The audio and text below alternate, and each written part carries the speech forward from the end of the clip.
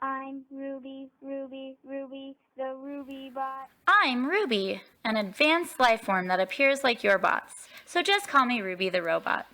Today I'll be voicing the Long Beach Comic-Con panel of John Barrowman, and I'm dressed in his preferred attire, according to my web search, a TARDIS dress. Let's begin.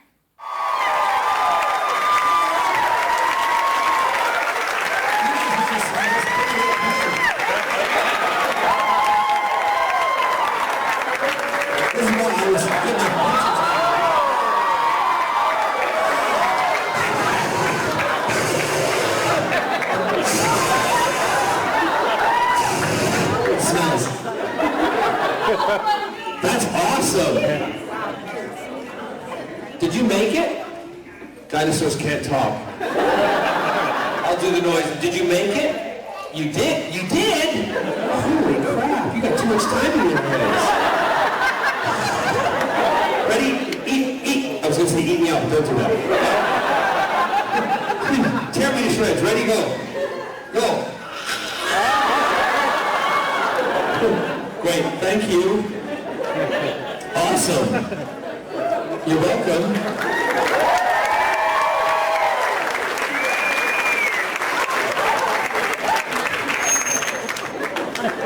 She gets the best jobs.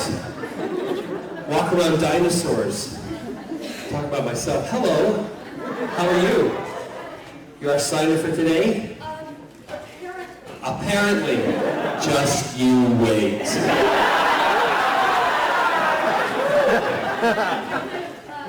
Volunteered for this because I have a friend and you guys had no interpreters available. They didn't bring interpreters to the Long Beach Comic Con? Shame on you. Because they're deaf geeks. Totally. That's how we all applaud. Ready? That's how. Hey, look at that! See, you learned something new. Go to the theater and you just do that. Go. Honest to God, because somebody will get it. Some are like, oh, they know somebody who's deaf. Other people are like, they're just fucking crazy. And either or, it's all fine. Yes. No, what I like to do. Well, thank you for having me. I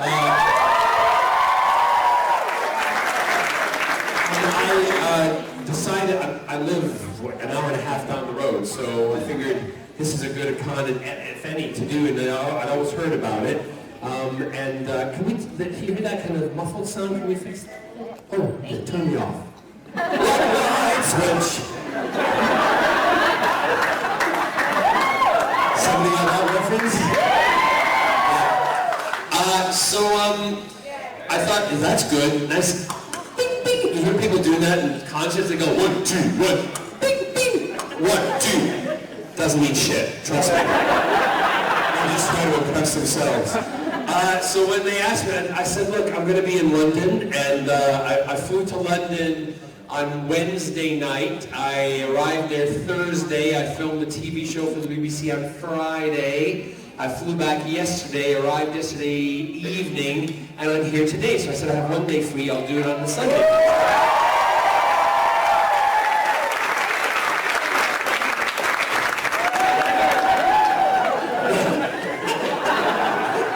It's all good if they're deaf because they can't hear anything, but I need applause, all right?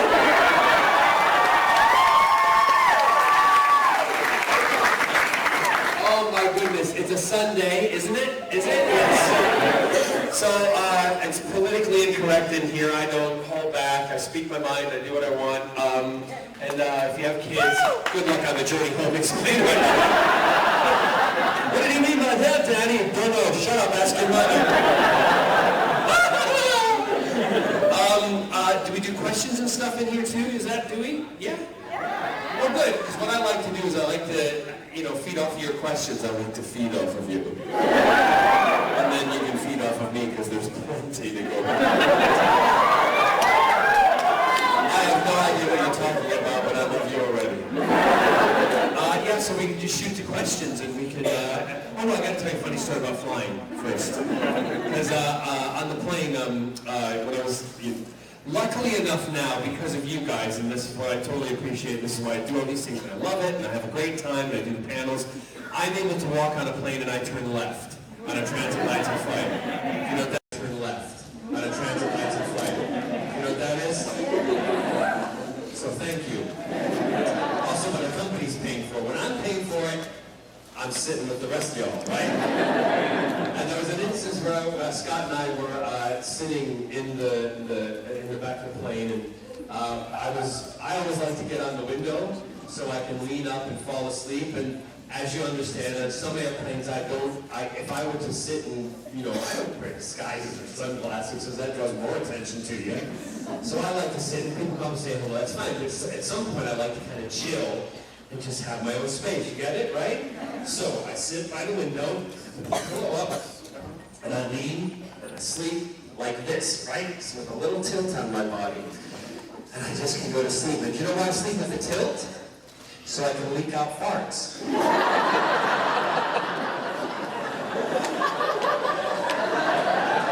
Because if you're sitting straight up and you got a fart, it's going to go, right?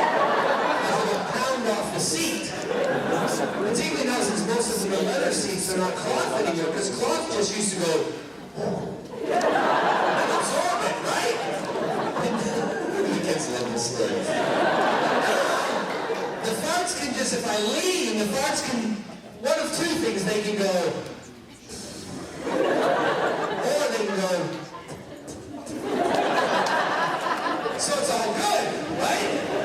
So halfway into the flight, I'm sleeping, farting, doing lots of farts.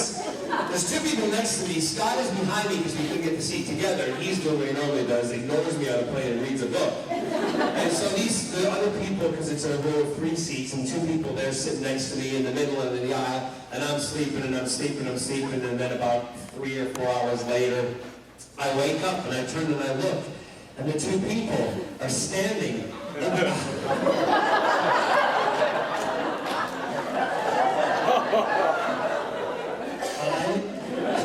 and the guy's like this. And the woman looks at me, she says, "Do you need to use the bathroom?"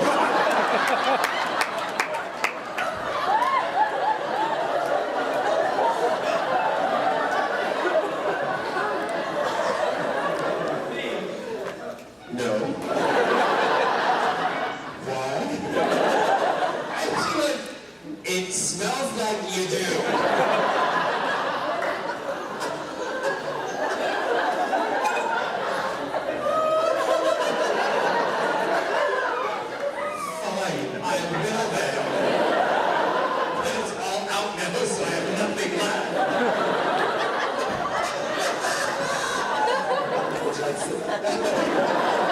Oh my God, I was so embarrassed the whole flight. Apparently, because I'd had a curry the night before. They were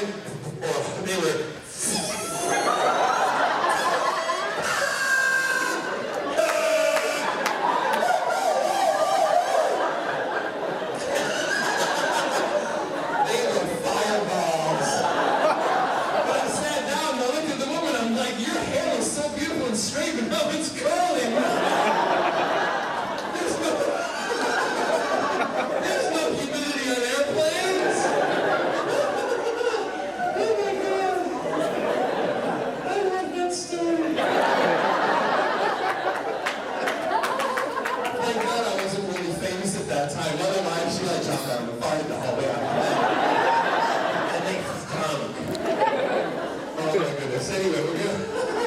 I'll go to, now you know the kind of tone of the afternoon, right? Yeah. Did you like that story, guys?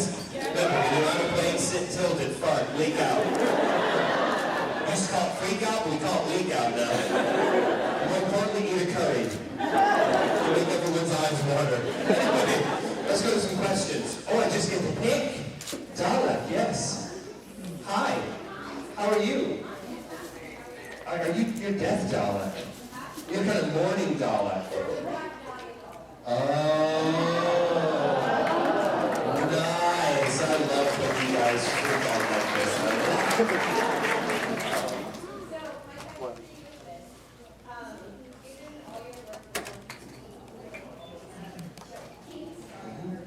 It's all right. Don't worry.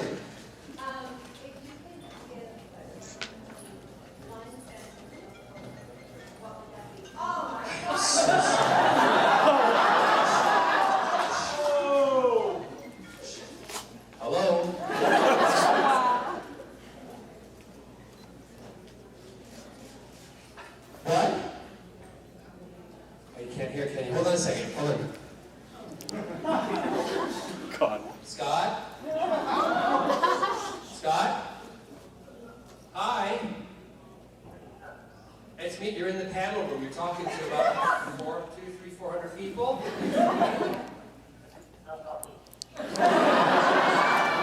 So I just told them the story about me sitting on the plane and farting.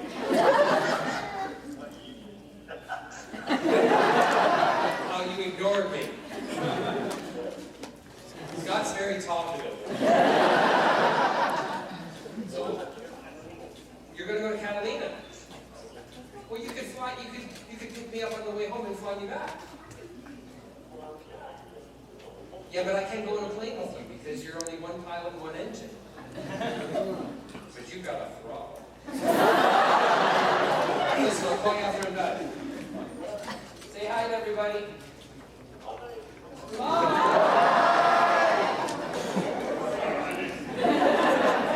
Let's go on. Yes. So, sorry. We're working with all LGBT teens.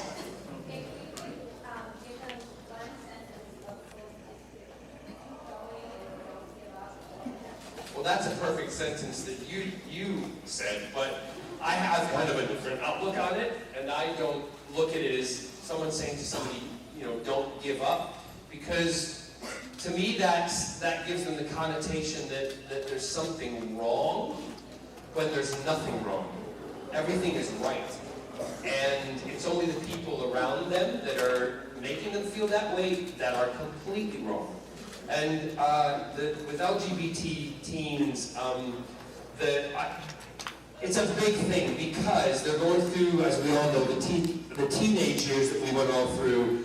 For a lot of people it sucked, right? And for some of us it was okay, but there's a lot of angst there. So to have that on your shoulders when you're getting grief from people about it, that's a really big thing. But I would just say to continue to be yourself, never apologize for who you are. That's my biggest thing. And if anybody stands in your way to let you be who you are, you really don't need them in your life unless they're your parents. Let me get to this point. Because until you're 18, you have to live under their roof.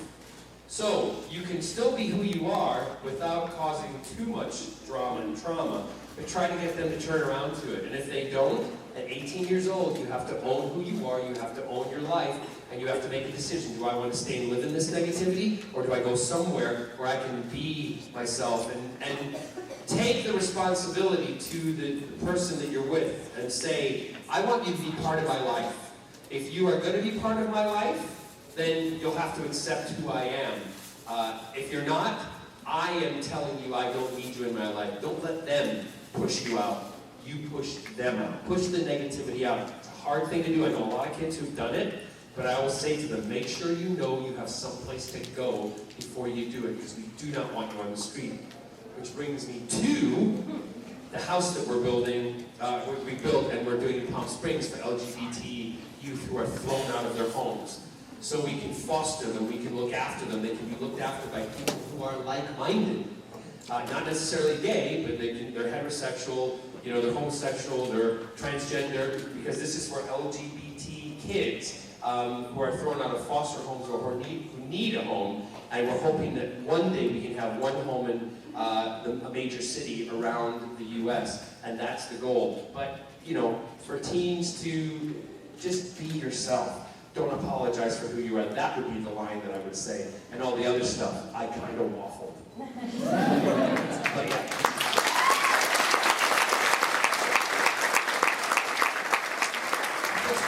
I feel strongly about that kind of stuff. And I see too many, every life is important. And any teen or any young person, there's kids as young as 5 and 6 now who know who they are or are going through gender identity with who they are and a gender identity crisis. And we don't try to make them something else. We just let them be. They'll figure it out. You know what I mean? As we all do. Some of us, it took till we were in our 30s and 40s, but thank God kids now are a little bit more, they're not afraid to live in these boxes, and that's wonderful. It's just absolutely brilliant. Yes, next question. Yes.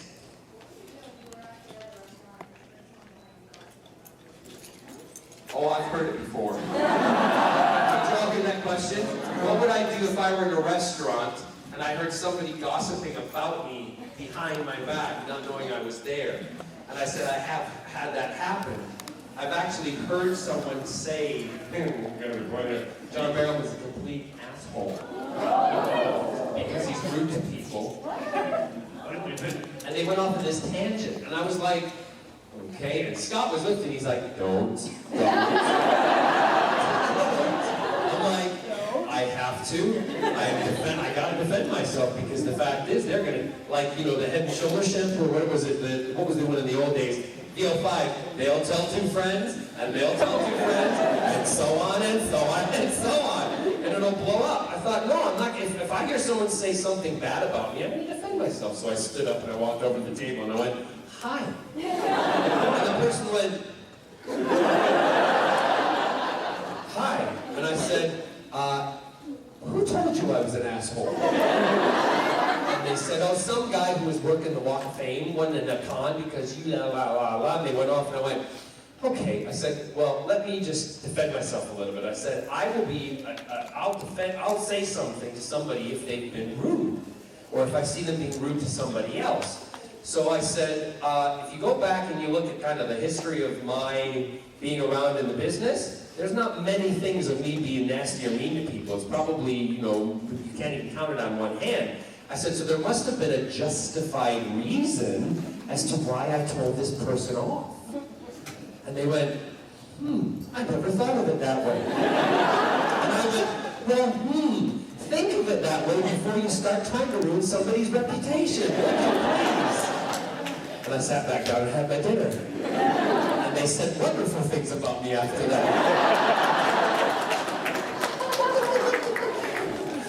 Yes, right in the back. Hi.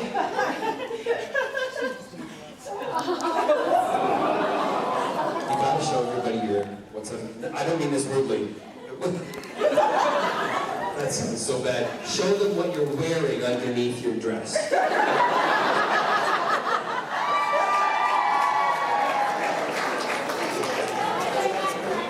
No, I gotta say that correctly. That came out really wrong.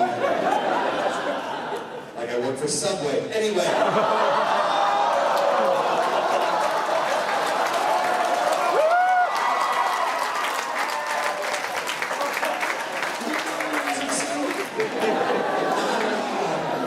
Chuck him in jail, Jesus.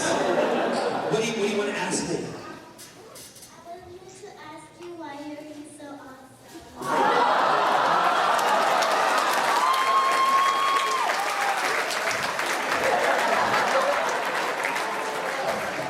Why am I so awesome?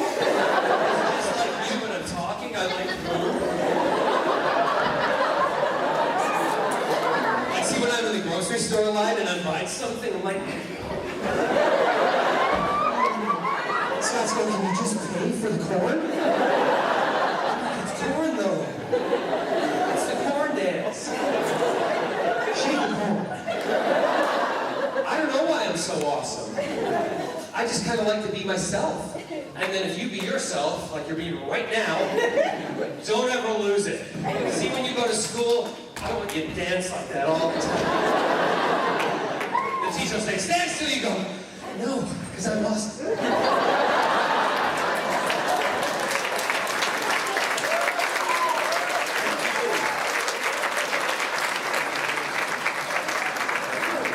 I'm exhausted now. I'm so jet-lagged, it's not even funny. Yeah, we're trying to mix it up here. Yes. Yeah. As someone who's worked extensively both on stage and on film, which medium do you prefer to work in as an actor and why? I never usually choose favorites because once I do that, the fandom will never let me change my mind. I'm a fan too of shows and of people, and I know it. When they say something, that's the word.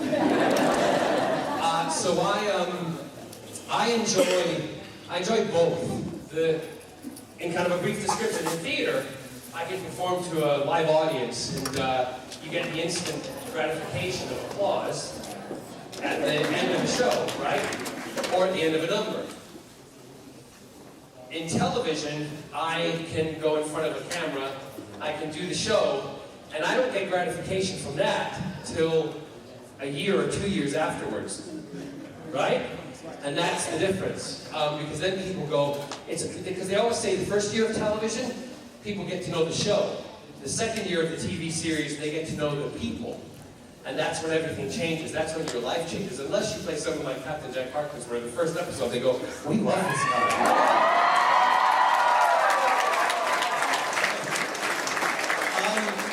The other thing about theater, different in television, in one night of TV, of Arrow, for instance, I played to more people on that one show than I would play in a lifetime of filling theaters in the West End and on Broadway. Completely different. But there's nothing beats live, performing live. It's the most incredible feeling. It's also, on television, the camera dictates what the audience has to see, whereas on theater and in the stage, everything is laid out, so there's a reason that bottle's there. There's a reason that sound system is there. There's a reason for the stair. Do you know what I mean? Because you're going to use that at some point. Everything is there for purpose, and it's the actor then who's responsible for making you look at whatever is being picked up or touched. Whereas in television, I can do that and put it down, then the camera will go, he's going to kill someone with that bottle, so we're going to do a close-up. And then I go, and you're dead. So that's kind of it, but both are great. I love what I do. I get a thrill every day when I get up and I know I have to go to work. And you know, I've got my in-laws. I flew to London. I called them on the phone when I was leaving at the airport because I wasn't able to go see them. And my father-in-law Sterling goes, I don't know how you do it, Joel. So I don't think about it. I just do it. It's what I love. So it's very different when you're doing something you love to doing something you're like, oh my God, I gotta go do this again. Completely different. So they're both great. Both great. Yes, over this side. Let's go to that lady over here. Go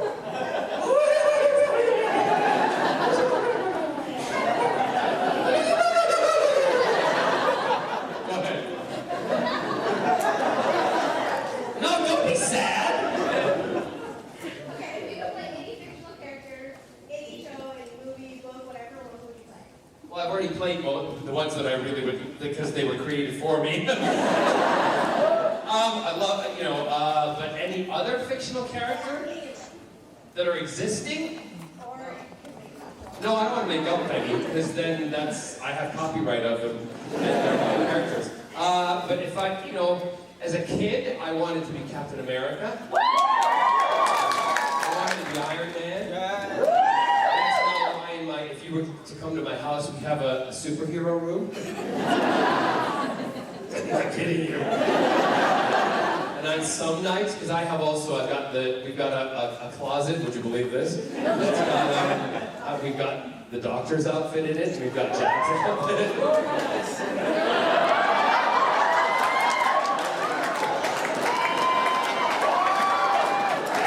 It's always a Good Friday. Actually, if you go back into some of my feeds online, Scott and he took a Wolverine mask and I think it was a Captain America mask, and we took it on a plane with us. We sat on the plane with the masks on. And the flight attendant eventually, fortunately we were up front, she came up, she said, Mr. Barrowman, Mr. Gill, you kind of frightened me, the other passengers. In first class, and I went, fine, let them be frightened. I am Captain America. And Scott doesn't speak, but I said, he is Wolverine. Scott went, 2 vodka sodas, by the way. So, I don't know, I don't kind of live my life looking at what I would really love to play. There's a lot of things that I would love to do, and I still have a lot of ambition and a lot of goals and dreams that I want to fulfill, but I never really talk about them because if they don't happen, I don't need to then explain the disappointment, right? Or you guys then would go, well, why didn't that happen? I'm like, oh my God, I gotta explain this.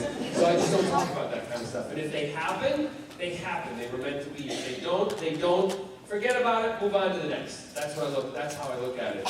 I'm fortunate, like for Arrow, I never, I wanted to be in the superhero world. I never knew that one day I'd get a phone call from producers who are going to produce this whole new world of DC characters that are going to come, that they already exist, but this whole new world of Starling City and all the stuff and on television. And they call me up and I'm literally sitting having my coffee in my gym jams with my cowboys on them, right? And I'm sitting and they call, would you want to play Malcolm Merlin? And their line was, we don't think you'll say yes, but we want to tell you about it. And I'm like, tell me about it. Hour later, done deal. Why would I pass that up? As a kid, I used to play with Amigo figures. My 6-inch Amigos. I never wanted to be Thor, because Thor always looked like Cheryl Knight from Charlie's Angels. The same doll they used, just a different face. No, it was the same face anyway. But they just gave him a hammer. I know, but hold up your Thor hammer. You're a better looking Thor. So as a kid, that was my dream. So if someone comes along and offers me that job, I'm going to take it. And that's kind of the way things have happened with Doctor Who. They offered me Captain Jack, and I was doing theater. And a lot of times television people don't give theater people a chance. That has all changed now. All changed. And I like to think I was one of the ones who helped with the change, because theater actors, when I say that, I mean musical theater people, are really good actors. And they were never given the chance, because everyone always went, oh, they're musical, they're too big. Screw you. I can bring it down. Just like anybody else. You want it to be grungy and dirty, I'll make it grungy and dirty. Just give me the chance. And that's what Doctor Who did. They gave me a chance, and it was the best thing that ever happened to me in my life. Let's go, it's your anniversary. That's right, I'm jumping around here. Yes. Anniversary girl. 24 years, right? See, I remember. I listen. Yeah, that's in there. Yeah? You're so nice to bring her here on her anniversary. Her anniversary present was a picture with me. She did grab my ass, but I won't say that.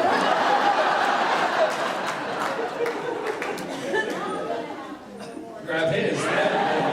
Hey, you give, you take, you gotta do it, right? Go ahead.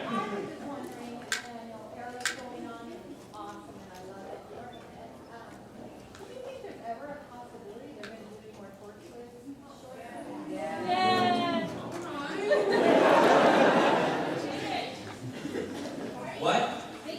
Yeah, we are doing some torture stuff at the moment. Big Finish, which is a company, we do audio plays, and that's available. The first one has come out, and I've recorded 2 of them. And they're character-based driven shows, so the ones that I've done are all about Captain Jack.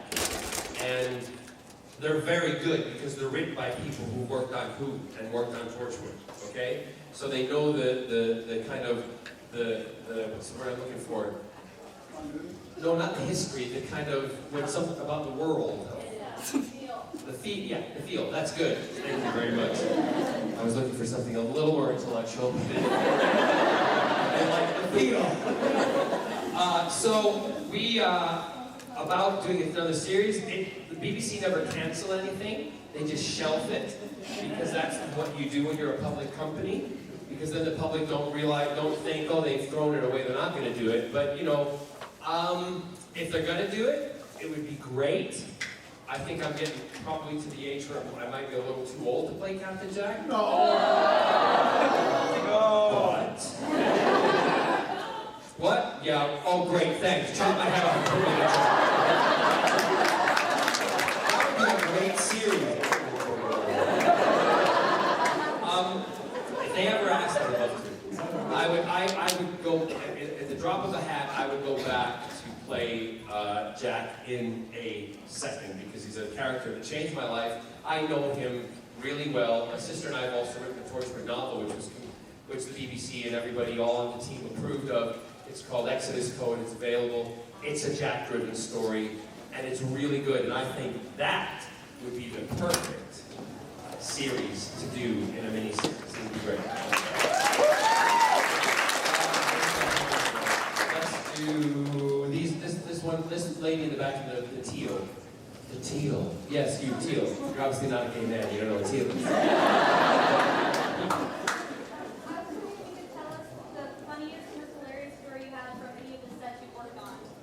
The funniest, most hilarious story from any of the sets that I've worked on. Ooh. Well, let's start with Arrow. And there was it was kind of a combination. Again, we were doing a sequence where who watches Arrow? You know the sequence where my daughter Thea, spoiler alert.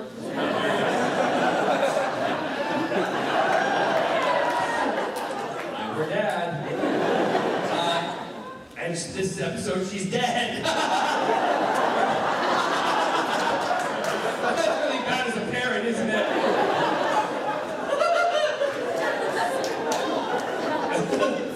So we're taking her to Raish, or Raza Ghul at the time, and Oliver's carrying her body. I've taken all of the Team Arrow to Nanda Parbat, and we're walking up to deliver her body so that we can put her in the Lazarus pit and resurrect her. Spoiler alert!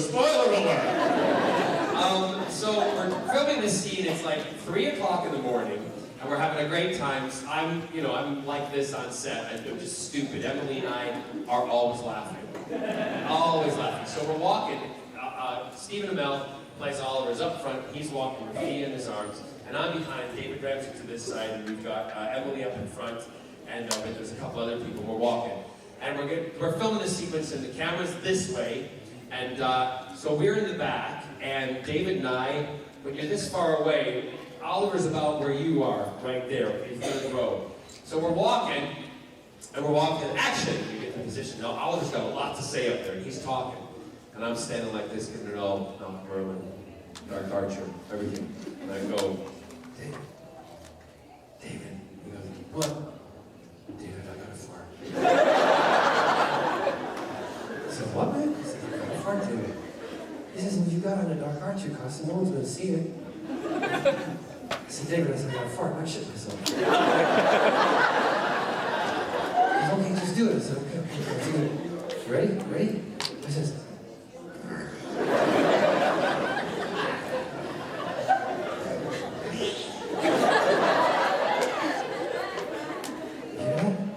dude, that was a long one.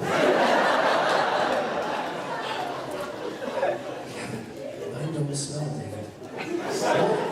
No, mine don't smell. Are you kidding me? I said, no, they don't smell. Here, take it away. I can smell nothing, see? They don't smell. And cut! Stephen Amell turns around and he goes, fart in my mouth and prove it.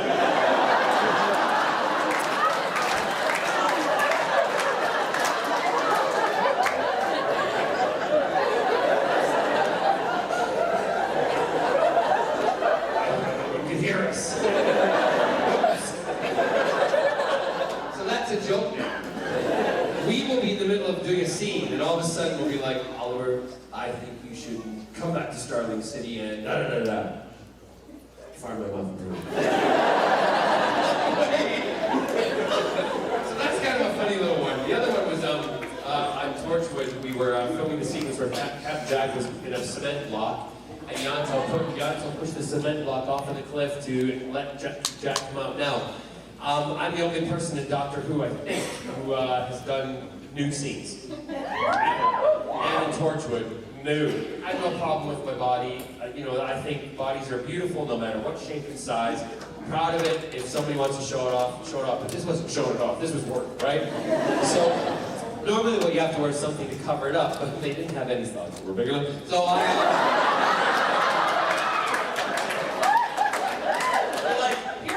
could you put it over? I'm like, really? I'm naked in front of you and you want me to put that little patch over that? Come on! So, they said, will you be comfortable doing it naked? I'm like, yeah, no problem. Come on, we'll do it. So I'm supposed to get up, camera's pointing over my shoulder, camera will see my rear end, and they were walking towards me, Eve, Gareth, and Kai Owen, to come and save Jack. They will see everything. So, I warmed it up a little. Kids, because it's very cold outside. Really cold. Really, really, really cold.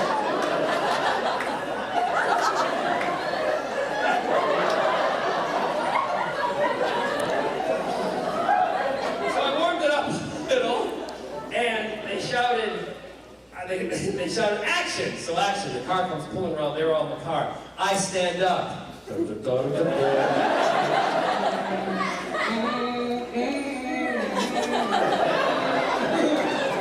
then the car stops like the streets, and they get out of the car, and they come out, and Eve, this is Eve. Eve does this.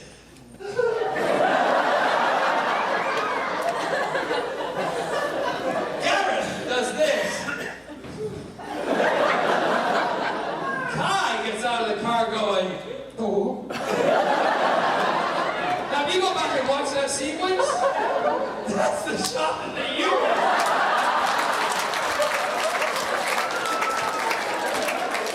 You can see the reaction on their faces and know this. They're looking at John's codger. And what was most hysterical is I had to walk towards them and like to embrace them. And you know, Eve's turning pink by this time. Because even though it was cold, I got a pretty good, never mind. So I'm walking forward, and you know, it's like a telescope just looking out there. It's like, I can't look you, I can't look you. What was really difficult is to protect my feet, because we're working in a quarry. I put maxi pads on my feet to think it would be okay. Those sons of bitches soak up lots of water. Literally, I'm walking, and I'm like, oh my God, it's like I got weights on my feet. And he came like this thick, and the wings were huge.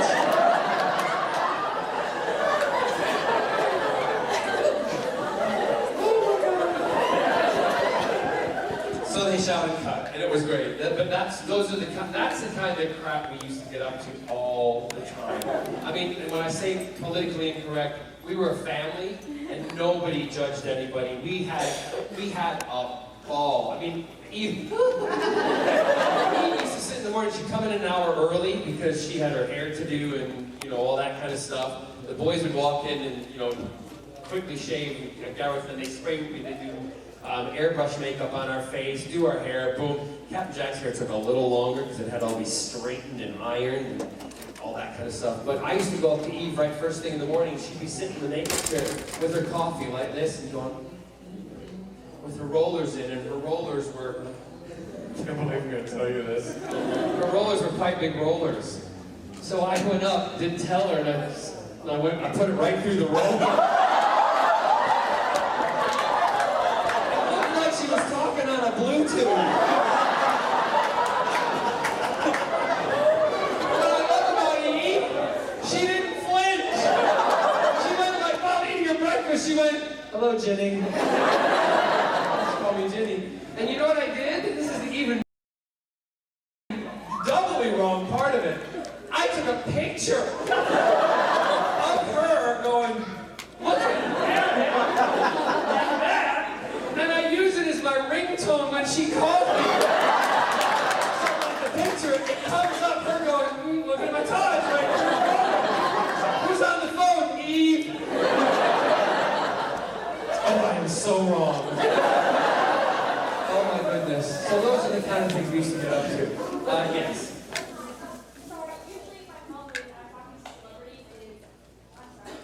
Don't apologize. Just spit it out. Okay. Well, there's a lot of people who have a lot to say, so say it quickly. Okay. Yes, you can. The thing I don't like about doing that is, and I explained it in my book why, because I feel like I'm some kind of circus animal. There you go. Yes, in the back there, the gray. That was good. You like my me. Yes.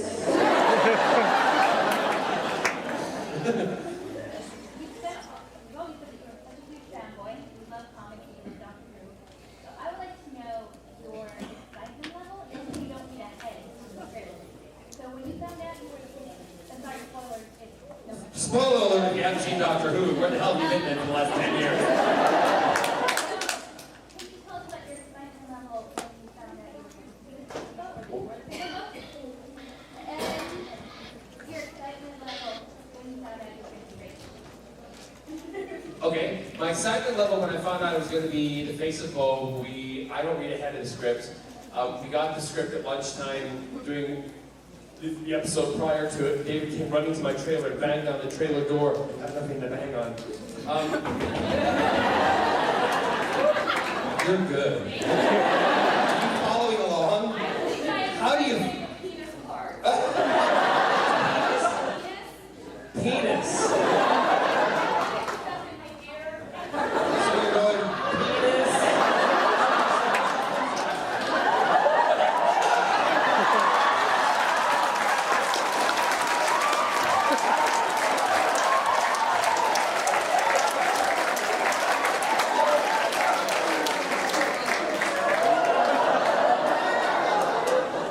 same in any language. That's from a song called Lollipop. Lolly, lolly, lolly, lollipop. I'm trying to get it to help the parents out here. All right. Told you it was going to be rough. Where was I? The excitement level. David came running to my trailer and he does this. I went, what? He said, have you read it? Have you read it? I went, no, I haven't read it. Go away, I want to know. He's like, you won't believe it. You gotta shut up and leave me alone. Same again, next day, lunchtime, we're still filming, I hear. And all of a sudden, have you read it? Have you read it? No, I haven't read it yet. Leave me alone, I'll read it later. Fine. Next day at lunchtime, I read it, I run to David. I read it again.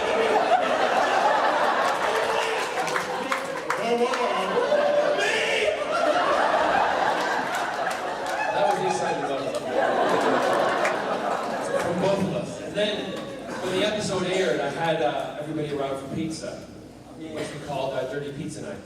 And, no, not because of anything rude, but because Pete said you're not supposed to eat it, so it's dirty. You don't eat pizza, so you're all dirty. I love you. So Dirty Pizza Night, we're sitting, and just before we go and get to that scene, I walk up into my flat, and I open the window. We live in the same building, all of us. It's called Who Towers in Cardiff, and I bought a place there because I want to have a place in Who Towers. So I opened up the window, and I opened it up, and I opened the window. David said, what are you doing? John, what are you doing? And I said, David, I want to hear the nation's jaw drop. And they did. Everyone went, you heard the whole nation go. So that was excitement. I was more excited when I found I was Raish. It was more of a like, yes! Because I knew I had the job longer. No, they did tell me when I signed up for it, they said Malcolm Merlin will be a constant through the entire series, and that was another reason I'm like, Scott, why would you say no to a job like that? Where the producers say you're there for the whole time. Excited and thinking it was going to be great, and then I put the outfit on. Oh my God, it's so hot.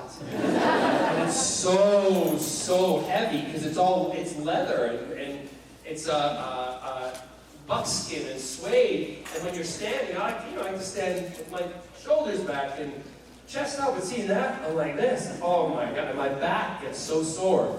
But that's the only problem with being the most powerful villain in that kind of world. Fine, I'll walk with a hunchback. Just yes.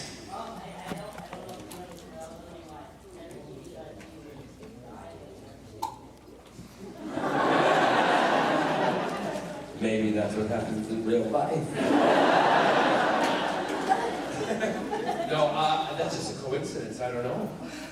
The thing with Malcolm is he doesn't die. He kind of knows how to mimic death, and he said that in one of his. Everyone's like, yeah, Oliver Queen stabbed you through the heart, and you were dead. There's no way no one can survive from that. Like, well, I'm that no one.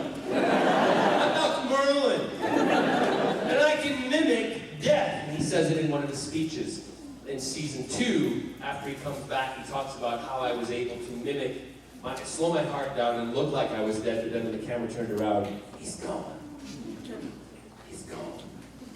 That hurt my voice. Over here. Let's go to, yes, Oliver. So you're going to be working on Harrison before. Are the rooms agreement? Next question. I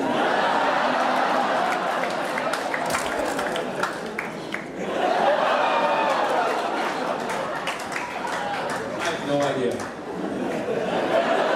Oh, really? No. That's me being silly. I have no idea. We are not. That stuff we're not, and if I did know, there's no way in hell that I'd be able to tell you. Guitar Man.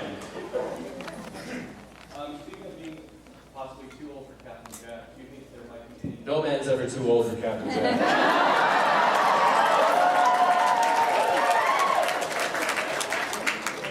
Say again? Do you think you might be able to come back to talk to it anytime soon?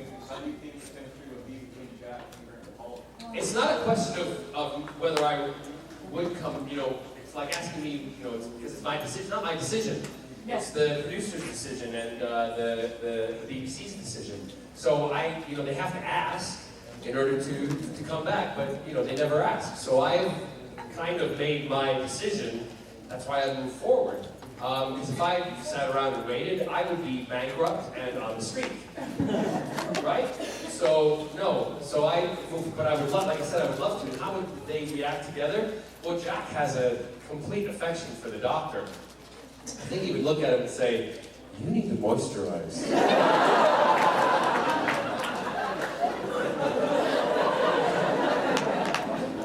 True? I know Peter, if you don't know, was in Children of Earth, in Torchwood. Yes.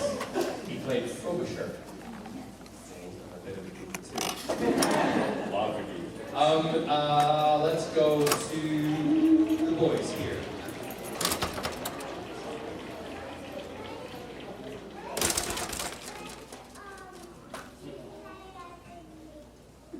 What's the best season I've ever made? An Arrow. The best episode, well, I think they're all good episodes, but the best episodes are where I get to kick the butts of a lot of people.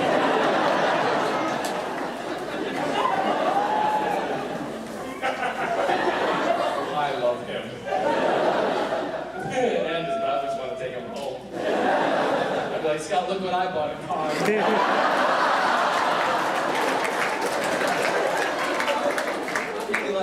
Really? First the dogs, now kids. I'm like, yeah, we'll be a big happy family. They'll call us the Waltons. They're mine, you gotta take me to.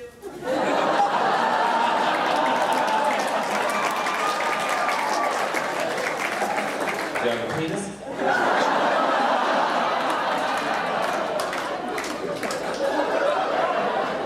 I'm not saying that kids are like. Let's go to the very buxom blonde lady. Yes.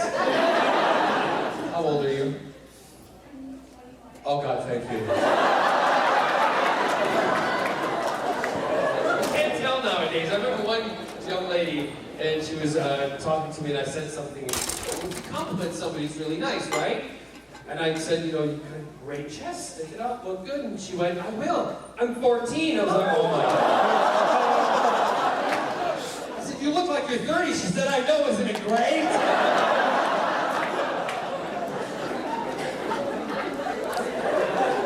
And her mother went, it's fine. I dress her like Britney all the time. Yes. No. That's good. Thank you for asking, though. I have a rule about videos. I just don't do videos. Yeah.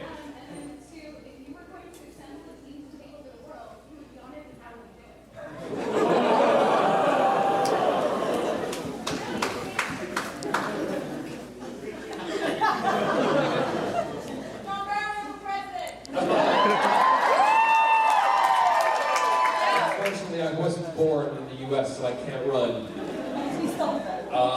But I could be a bird. No, assemble a team of real or fictional. Okay. Here's what I do. This is hard to be on the spot because I gotta do it randomly. I would put, obviously, I'd put John Barrowman, but I'd have all of our, like, I'd have Steve Amell. I would also have David Tennant. I would have, let me just think here. I would have, oh my God, their names, it's going always out of my head now.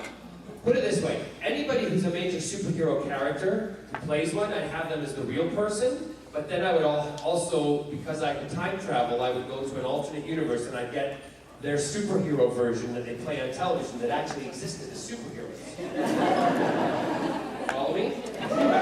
I would then bring the two universes together, okay? And because I have Dave and the Doctor there, they could equal the balance in time while this was all happening in the TARDIS, right? Which would be spinning above us, keeping complete calm with the time continuum. Not that I've thought about this.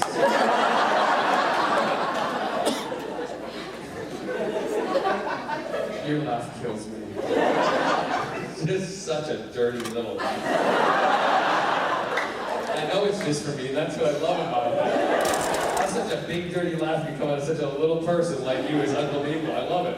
I've known her for a long time, don't worry. In a minute I'll be telling her to piss off.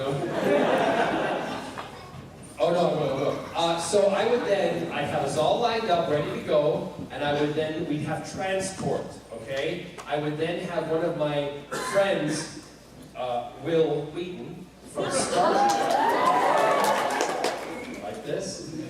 He would then have his alternate, who would be able to transport us up to wherever we wanted to go, to whatever country, to make good in the country, get rid of all of the jerks from around the world, right? And what we would do is we would make them think that it's something completely, innocent and random, because our front man, because they think he's so stupid, would be Donald Trump.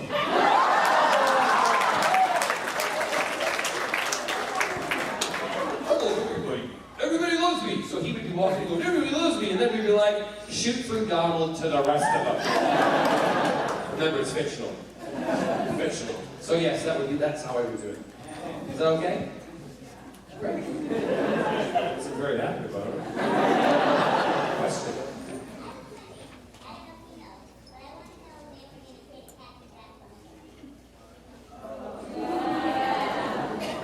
A Captain Jack Funko. It's Funko, no? Oh, it's Funko. No! And don't do that with the body either. F-U-N-K-O. A Funko. Okay, I don't know.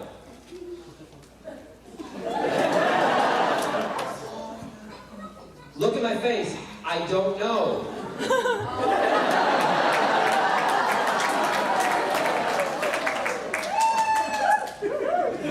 I really don't. No.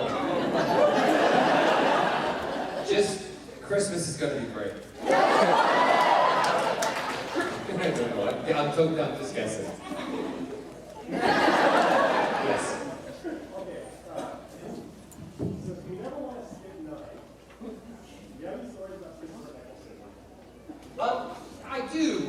Chris was a lovely guy to work with, and I love that Chris brought back that whole angst side to the Doctor, which was a dark side that we never ever had seen before, and he needs to be kind of given the credit for doing that. But Chris was not the type that would joke around on set very much.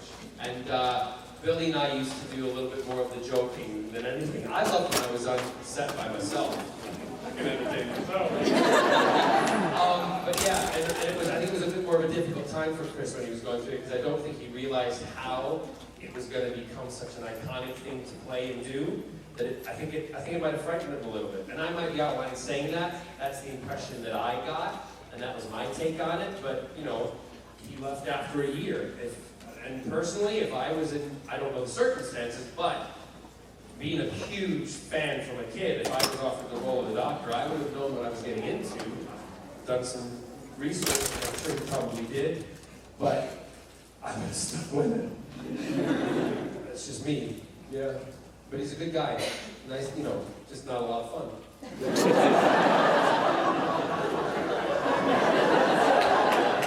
I can only tell the truth. Yes. Oh, I love you. What he says about being outrageous. Yes. Stephen Moffat has been really good about redowning ordinary things with nightmare fuel. And I was wondering if, having been part of the backstage behind the scenes aspects of making some of that nightmare fuel, if when you see new stuff, if it affects them the same way it does other things. Like, do you freak out when you see a statue of the art?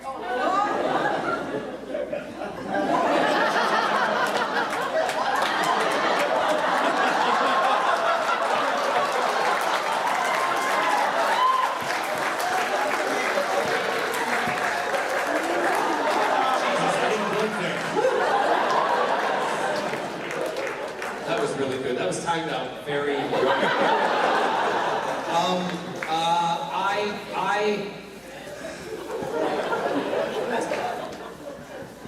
It's not real.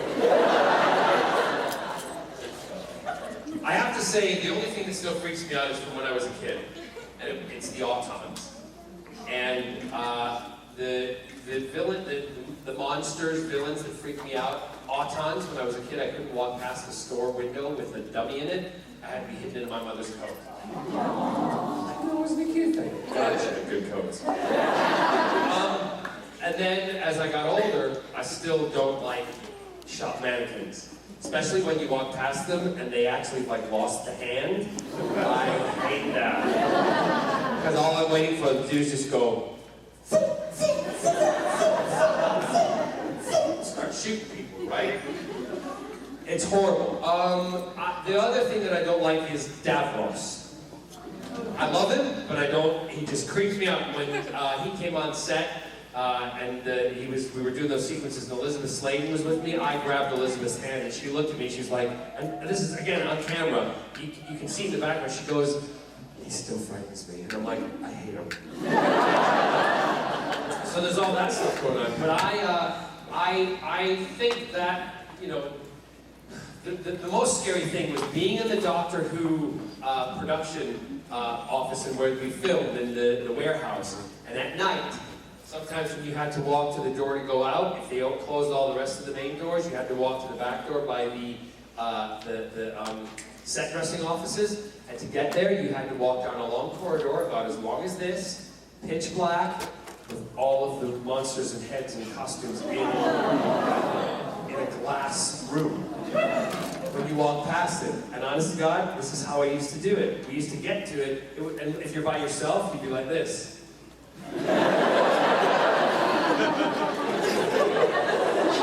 And you wouldn't look. You wouldn't look to that side because, like Doctor Who, you'd look and all of a sudden one would be going. Yes, we've got about 4 or so minutes left. Let's go to this purple girl there. Every person has an inspiration of why they're doing what they're doing. What was your inspiration to get into doing all these things? It doesn't make sense. I wouldn't say there's an inspiration, a particular person, or someone that I would say I looked up to. Because I didn't have anybody who was like me on television, and I thought I wouldn't really ever be able to do it. That makes sense? Because at a young age, I knew who I was, but I was brought up in an area where you weren't allowed to, be who you were in the 80s, and it wasn't, you just didn't. So I kind of I got this thing in myself to, my parents were great. My parents never said, they always said, if you want to do something, go for it. Don't let anybody tell you no. And if they do tell you no, and you think you still should be doing it, find a way to do it. And that's what I've always done. Inspiration for me, I'm a child of Star Wars. Star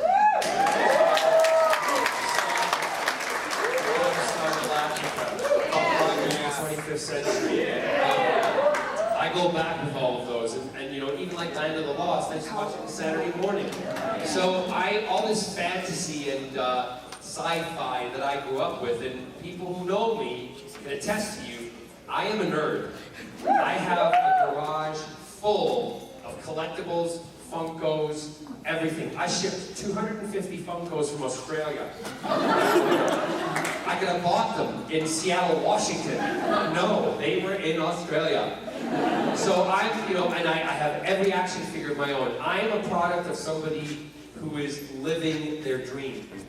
And I have to thank you guys for it, because you've supported me and you watch the things that I'm in. That's why I feel I have to be honest with you, I have to be upfront with you, I have to give you things back, and I don't hold back. Because you've changed my life. From a little boy dreaming about being in these shows to a man being in these shows and doing what I have dreamt about, I can't ask for any more. So that's why I say every day I wake up, there's a little boy in me right now going, and I thank you, and he thank you, because you make my life awesome. Thank you very much, guys.